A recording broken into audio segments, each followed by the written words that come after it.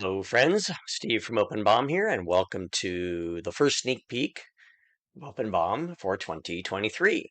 I'm going to show you a setting that SolidWorks users in particular are going to really enjoy, and then it'll be coming to other CAD systems. It is the ability for OpenBOM to read a part number property other than part number. Okay, so what does that mean? In my example right here, I got a data set, it's got my part number set up, and it's in a property called part no.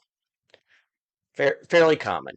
When I configure OpenBOM, I want to tell OpenBOM to, hey, get the value for part number when I build a BOM from the property here called part no period. So in the past, we've always required that the property be called part number. That works fine, but sometimes it could be a little difficult. You had to like do some mapping or some other things to get the value into part number. So for now, wherever you've got your part number property in SolidWorks, you're going to specify that right here, and then you're going to build the BOM.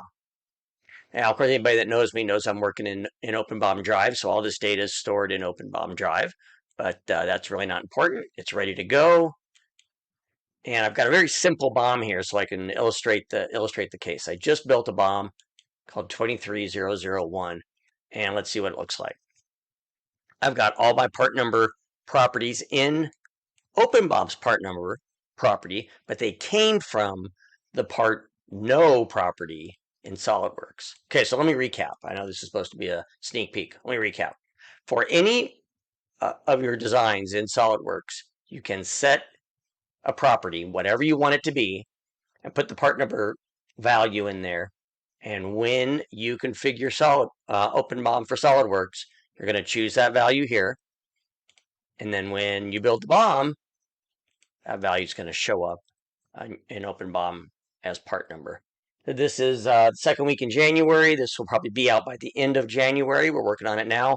We'd love your feedback at support@openbom.com. Thanks.